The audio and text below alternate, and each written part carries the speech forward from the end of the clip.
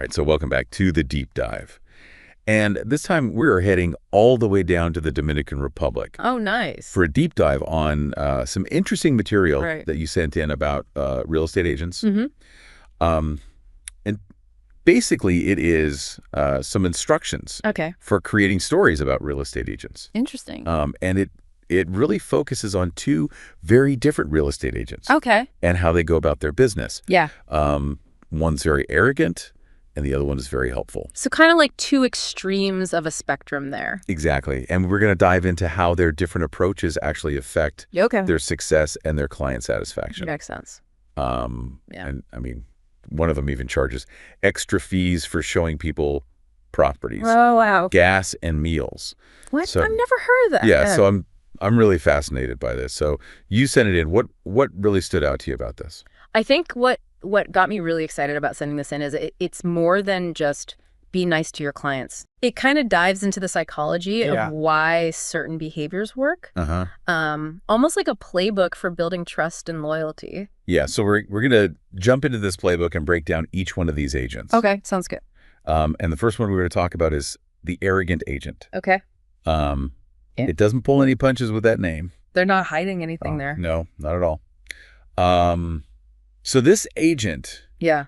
is someone who seemingly knows everything, Yeah. right?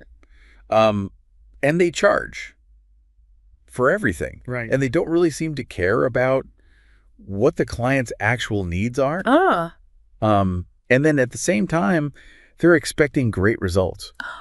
I mean, like they expect to be super successful. Well, they're giving really subpar Yeah, service. so they're not putting in any effort, Not really. but they want all the rewards. Exactly. And it's almost comical in a way. Yeah. Have you ever seen this before in your professional life? Sadly, it's more common than you think. And I think this kind of arrogance often stems from a misunderstanding of expertise. Okay. True expertise isn't just about what you know. Right. It's about using that knowledge to effectively serve others. Okay. And when you have an agent who acts like they're doing the client a favor just by showing up, it creates this power imbalance that just immediately breeds distrust. So it's not even just that they're being rude, Yeah. but it's actually that they're damaging the trust. Exactly. They're undermining the whole foundation of the relationship. Interesting. Okay, so then we go to the complete opposite of the arrogant agent, Okay. which is the helpful agent. All right. This is someone who's constantly going above and beyond. They offer free airport pickup. They will even help you find lodging. Oh, wow.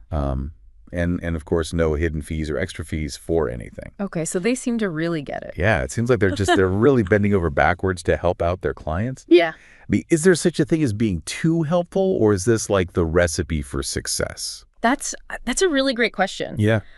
Because there is a fine line between helpfulness and setting healthy boundaries.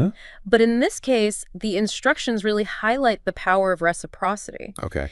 So by offering genuine value up front, without expecting anything in return, this agent is actually triggering a subconscious desire in the client to reciprocate that generosity.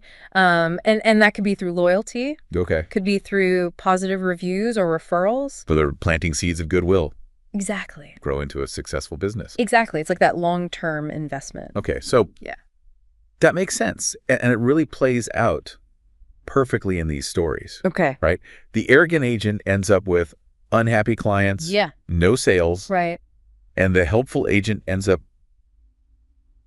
building this thriving business based entirely on trust. But it's a classic. You reap what you sow. Yeah. But with this really interesting psychological twist. Exactly. And this isn't just limited to real estate. Right, I mean, think about any successful business or even any successful relationship. Right. The foundation is always mutual respect and understanding. So these instructions come from a company called Daphliana Brokers Realty. Okay. And they're based in Punta Cana and Bovaro. Okay, so Dominican Republic? Dominican Republic, yeah. Peak. And it seems like they're using these stories as a way to almost motivate their own agents. Interesting. Right. They want their agents to emulate the helpful agent. Yeah, so it's like internal storytelling. Yeah, and honestly, I had never heard of this before. Yeah, it's a fascinating concept. Yeah.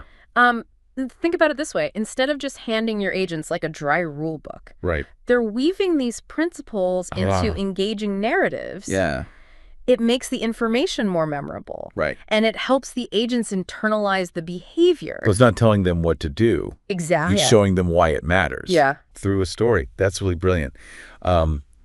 So for anyone listening, think about how you can apply this to your own life. Whether you're a business owner, an employee, or just navigating your everyday interactions. Yeah. Building these genuine connections is really key. Absolutely. What are some small acts of generosity that you can offer today that might help you create this ripple effect of positivity? That's a powerful question to consider. Yeah. I mean, who wouldn't want to be the helpful agent in their own story? Exactly. Well, thank you for joining us for another deep dive. And until next time, keep exploring, keep learning.